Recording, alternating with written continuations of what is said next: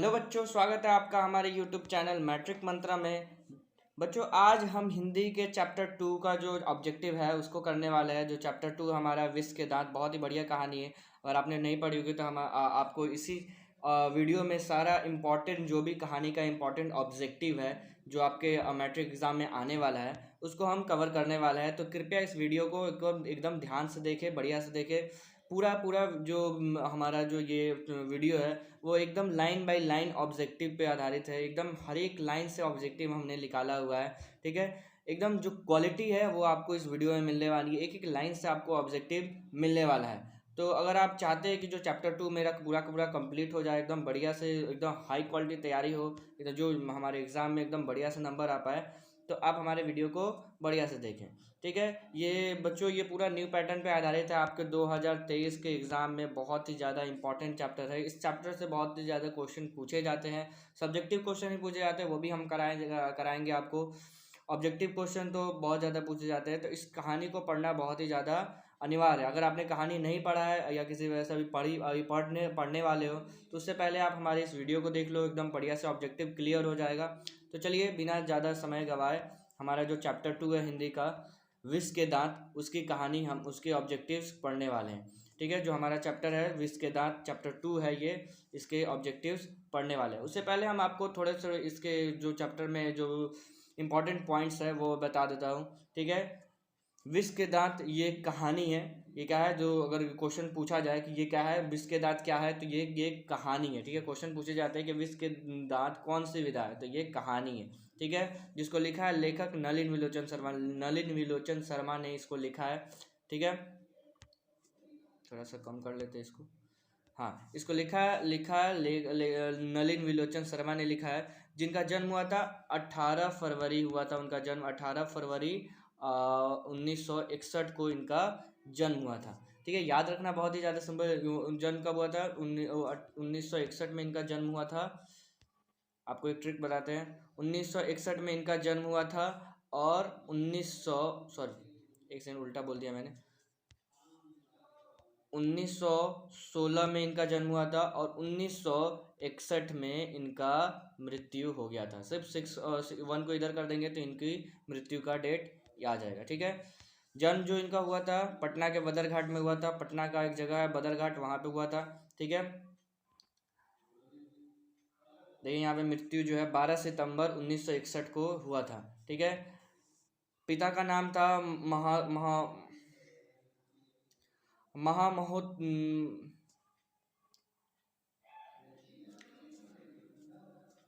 हाँ, पिता का नाम था इनका पंडित रामावतार शर्मा, और इनकी माता का नाम जो था रत्नावती शर्मा था। ठीक है, इनके जो प्रमुख दर्शन है उसको याद रख ले। जो क्वेश्चन पूछे जाता है इनके रचना में से क्वेश्चन पूछे जाता है।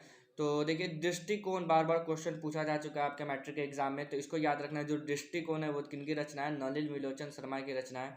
ठीक है, उसके बाद साहित्य का इतिहास दर्शन, ये भी किनकी रचना है? तो ये भी नलिन विलोचन शर्मा की रचना है। ये मेनली दो ज़्यादातर पूछे जाते हैं। ठीक है, पटना विश्व, एक भी क्वेश्चन ये भी पूछा जाता है कि पटना विश्वविद्यालय में वो कब, किस हिंदी विभाग में अध्यक्ष कब बने थे? तो वो बने थे जो 1959 ईस्वी में, 1959 ईस्वी में ये पटना विश्वविद्यालय के अध्यक्ष बने थे। चलिए, अब हम वस्तुनिष्ठ प्रश्न को देखने वाले हैं। एक एक ऑब्जेक्टिव लाइन बाय लाइन देखने वाले हैं, जिससे आपका ये जो चैप्टर होगा, चैप्टर 2 विष के दांत, पूरा पूरा कंप्लीट हो जाएगा। तो चलिए लाइन बाय लाइन ऑब्जेक्टिव शुरू करते हैं। अगर आपको कोई चैप्टर नहीं पढ़े, आपको याद नहीं है, तो आपको हमारे वीडियो के साथ याद करते करते चलना है। ठीक है, चलिए, ये तो आपको याद हो गया होगा। विष के दांत कहानी के रचयिता कौन है? रचयिता मतलब इस कहानी को किसने लिखा है? तो जो हमारा आंसर हो जाएगा बी नंबर, नलिन विलोचन शर्मा, वो हमारा राइट आंसर हो जाएगा। चलिए दूसरे क्वेश्चन पे आते हैं। नलिन विलोचन शर्मा का जन्म कब हुआ था? अभी हमने बताया कि जो जन्म हुआ था 1961 में हुआ था, सॉरी 1916 में, और जो उनका मृत्यु हुआ था 1961 में हुआ था। ठीक है, याद रखना है। चलिए तीसरे नंबर सवाल पे आते हैं। यहाँ पे नलिन विलोचन शर्मा का जन्म कहाँ हुआ था? अभी हमने बताया कि नलिन विलोचन शर्मा का जन्म कहाँ हुआ था? पटना में हुआ था, पटना के बदरघाट में हुआ था।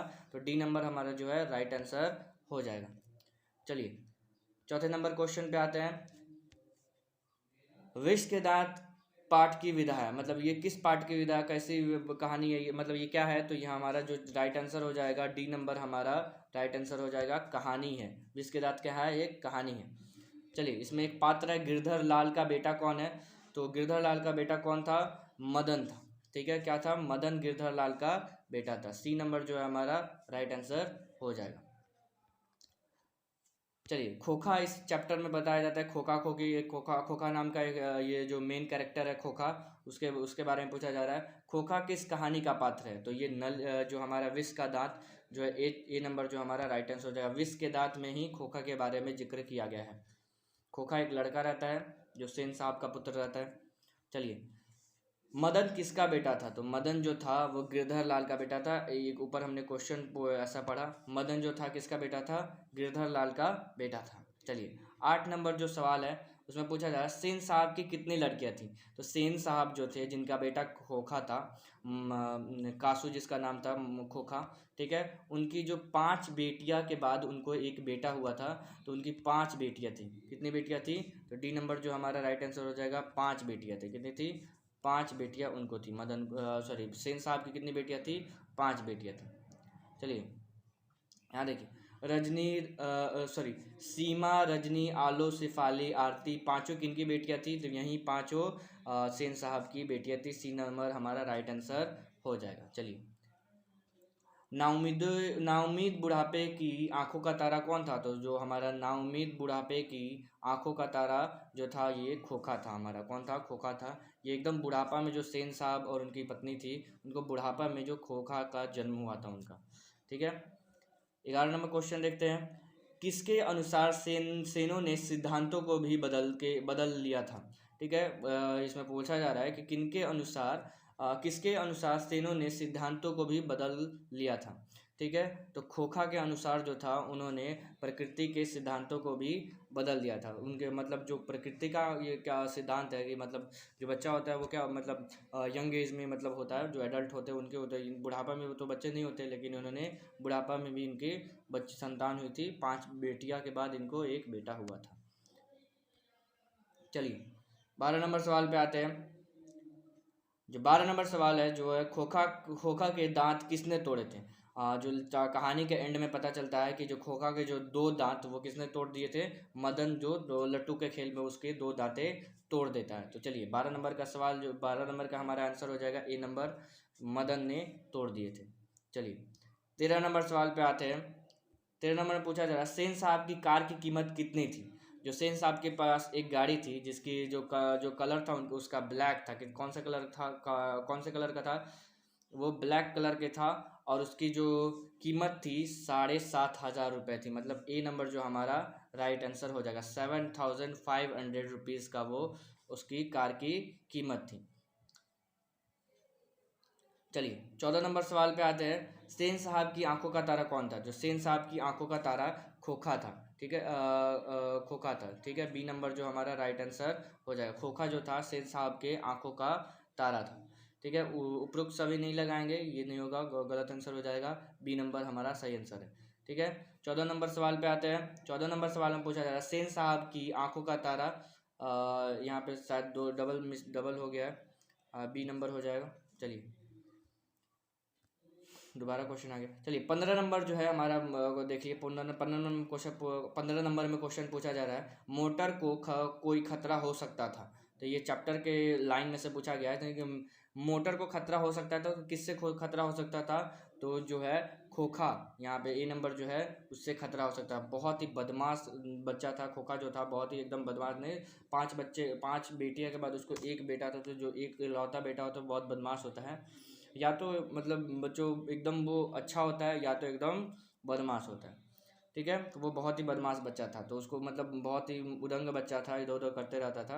तो जो गाड़ी को, जो मोटर कार था, उसको खतरा किससे हो सकता था, तो वो खोखा से हो सकता था। चलिए, 16 नंबर सवाल पे आते हैं। 16 नंबर सवाल क्या है, सेन साहब की नई मोटर कार किस रंग की थी। जैसा कि मैंने ऊपर ऊपर ही ये क्वेश्चन के बारे में डिस्कशन किया था, तो उसकी कौन सी कलर की थी, तो ब्लैक कलर की थी। बी नंबर हमारा राइट आंसर हो जाएगा। चलिए, 17 नंबर सवाल देखिए, बोला है महल और झोपड़ी वाले की लड़ाई में अक्सर महल वाले ही जीतते हैं, इस गद्यांश के लेखक कौन है। चलिए, ये पूछा जा रहा है कि महल वाले और झोपड़ी वाले की लड़ाई में अक्सर महल वाले जीतते हैं, इस गद्यांश के लेखक कौन है। तो ये जो चैप्टर, ये जो गद्यांश है हमारे विष के दांत कहानी से लिया गया है, जिसके लेखक हैं नलिन विलोचन शर्मा। सी नंबर हमारा राइट आंसर हो जाएगा। चलिए 18 नंबर सवाल पे आते हैं। विष की दांत कहानी किस वर्ग के अनेक अंतर्विरोधियों को उजागर करती है। विष के दांत कहानी है वो किस वर्ग के अनेक अंतर्विरोधियों को जो उजागर करती है। तो हमारा मध्यम वर्ग जो होगा बी नंबर, वो राइट आंसर हो जाएगा। मध्यम वर्ग के अंतर्विरोधों को उजागर करती है। चलिए 19 नंबर सवाल पे आते हैं। 19 नंबर सवाल है, सेन साहब अपने बेटे खोखा को क्या बनाना चाहते थे। तो जो उनका बेटा था सेन साहब का खोखा, ठीक है, जिसका नाम कासू भी था, ठीक है, कासू और खोखा दोनों एक ही कैरेक्टर का नाम है, एक ही पात्र का नाम है, ठीक है। तो वो उसको खोखा को क्या बनाना चाहते थे, तो बिजनेसमैन इंजीनियर बनाना चाहते। वो अपने पत्रकार महोदय, उनके दोस्त रहते हैं, उनसे बोलते हैं कि मैं अपने बेटे को क्या बनाना चाहता हूँ, बिजनेसमैन और इंजीनियर बनाना चाहता हूँ, मैन या इंजीनियर बनाना चाहता हूँ। चलिए 20 नंबर सवाल पे आते हैं। सिंह साहब की नई मोटर कार की पिछली बत्ती का लाल शीशा किसने चकनाचूर किया था।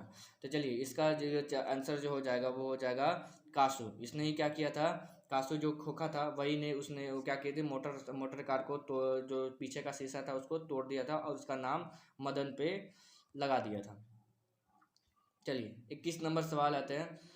21 नंबर सवाल जो है, खोखा के पिता कौन थे। तो खोखा के जो पिता थे वो क्या थे, कौन थे, सेन साहब थे, सॉरी सेन साहब थे। सेन साहब का बेटा खोखा था तो उसके पिता कौन हुए, सेन साहब हुए।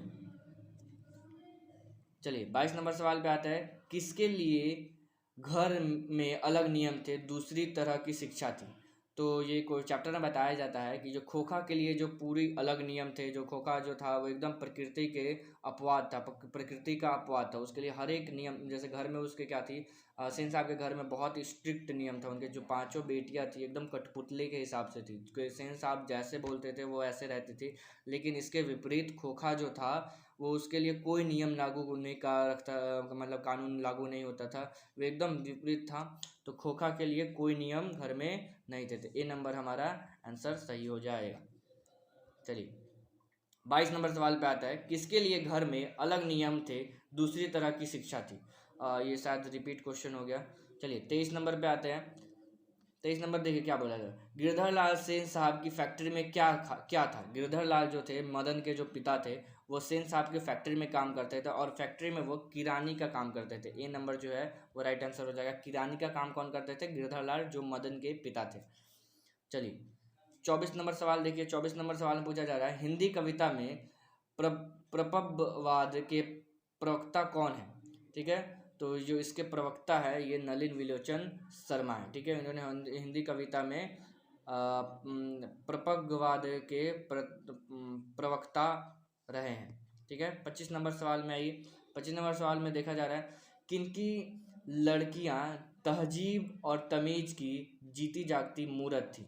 तो सेन साहब की जो लड़कियां थी वो क्या थी, तहजीब और तमीज की जीती जागती उदाहरण थी, मूरत थी। ठीक है, एकदम मूरत थी, जैसे सेन साहब बोलते थे वैसे ही वो लोग रहते थे। चलिए 26 नंबर सवाल पे आते हैं, सीमा रजनी आलू शेफाली आरती किनकी बहनें थी। तो ये किनकी बहनें थी, तो ये बहन पूछ रहे हैं यहाँ पे, बेटी नहीं पूछ रहे हैं, यहाँ पे बोल रहा है बहन किसकी थी। तो बहन जो थी ये खोखा की थी। ठीक है, खोखा के बहनें ये थी, 5 बहनें के बाद वो खोखा का जन्म हुआ था। 27 नंबर देखिए, कौन सी कहानी मध्यम वर्ग के अंतर्विरोधियों को उजागर करती है। तो जैसा ऐसा एक क्वेश्चन हमने पूछा ऊपर पढ़ा था, तो ये जो विष के दांत कहानी है ये क्या करती है, मध्यम वर्ग के अंतर्विरोधियों को उजागर करती है। सी नंबर हमारा राइट आंसर हो जाएगा। चलिए 30 नंबर सवाल पे आते हैं। 30 नंबर जो सवाल है इसमें पूछा जा रहा है, विष के दांत कहानी का प्रमुख पात्र कौन है। तो जो प्रमुख पात्र है वो क्या है, खोखा है। सी नंबर हमारा राइट आंसर हो जाएगा। प्रमुख पात्र कौन है, तो खोखा है। चलिए पूछा जा रहा है, कासू और मदन की लड़ाई के संबंध में लेखक क्या कहता है। तो कासू और मदन की लड़ाई में एक लेखक कहता है कि बंगले के पिल्ले और गली के कुत्ते की लड़ाई। ठीक है, बी नंबर जो हमारा राइट आंसर हो जाएगा। ये एकदम लाइन बाय लाइन ऑब्जेक्टिव आपको पूरा चैप्टर से निकाला गया है, ठीक है। खोखा के दांत तोड़ने के बाद गिरधर लाल मदन को क्या करता है, ठीक है। खोखा के दांत को तोड़ने के बाद गिरधर लाल क्या करता है, गिरधर लाल जो है लपक कर मदन के हाथों से उठा लेता है, ठीक है। लपक कर क्या करता है, मदन को अपने हाथों में उठा लेता है, ठीक है। जो कौन करता है, गिरधर लाल, जो मदन का पिता है। चलिए 33 नंबर क्वेश्चन जो है वो देखिए, उसमें सेन साहब के दूर के रिश्तेदार कौन थे। दूर के, यहाँ टाइपिंग मिस्टेक है। दूर के रिश्तेदार कौन थे, तो वो थे हमारे सोफर, सॉरी गलत हो गया,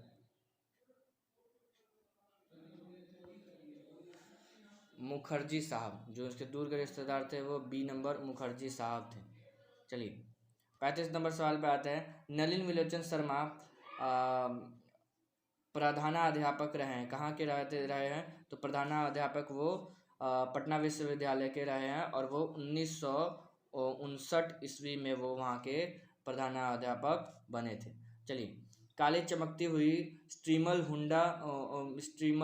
नई मोटर कार थी, किसकी थी, तो वो सेन साहब की थी, ठीक है। उनकी गाड़ी का नाम क्या था, स्ट्रीमल इंड नई मोटर कार, ठीक है, स्ट्रीमल इंड, ठीक है। यहाँ पे देखिए 37 नंबर सवाल है, उसका है मदन खोखा के कितने दांत तोड़ दिया, तो वो 2 दांत तोड़ दिया था, ठीक है। बी नंबर जो है हमारा राइट आंसर हो जाएगा।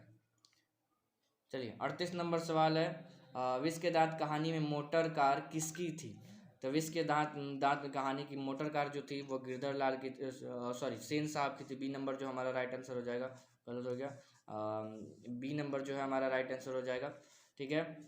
चलिए 39 नंबर सवाल में आता है, मदन के लिए क्या खाना मामूली बात थी, तो मदन के लिए डांट फटकार जो खाना था वो क्या था, फटकार खाना वो मामूली बात थी। वो बहुत ही ज़्यादा अपने पापा से फटकार सुनता था। वो सिर्फ जिसका सारा कारण क्या था, वो खोखा था। खोखा वो गलतियाँ करता था वो, और उसको डांट किसको खिलाता था, मदन को खिलवाता था, ठीक है। तो चलिए इतना ही ऑब्जेक्टिव है, एकदम लाइन बाय लाइन ऑब्जेक्टिव है। अगर आपने पूरा पढ़ा है तो बहुत ही अच्छा है, आपको सारा याद होगा। आपको 2 बार पीछे वीडियो बैक करके पूरा एक बार और फिर से पढ़ लेना है। ये आपके मैट्रिक एग्ज़ाम 2023 के लिए बहुत ही ज़्यादा इम्पोर्टेंट है। अगर आपने चैप्टर 1 नहीं पढ़ा है, चैप्टर 1 अगर नहीं पढ़ा है तो उसको पढ़ लीजिए। नीचे डिस्क्रिप्शन में लिंक है, वहाँ से आपको मिल जाएगा। चैप्टर 1 पूरा ऑब्जेक्टिव पढ़ लीजिए। ऐसा ही हम सारे ऑब्जेक्टिव भी बनाने वाले, सारे चैप्टर का ऑब्जेक्टिव लाइन बाय लाइन कराने वाले हैं। तो अगर आपको मैट्रिक की परीक्षा की एक बेहतर तरीके से आपको तैयारी करनी है, तो आपको मैट्रिक मंत्रा यूट्यूब चैनल को सब्सक्राइब कर लेना है।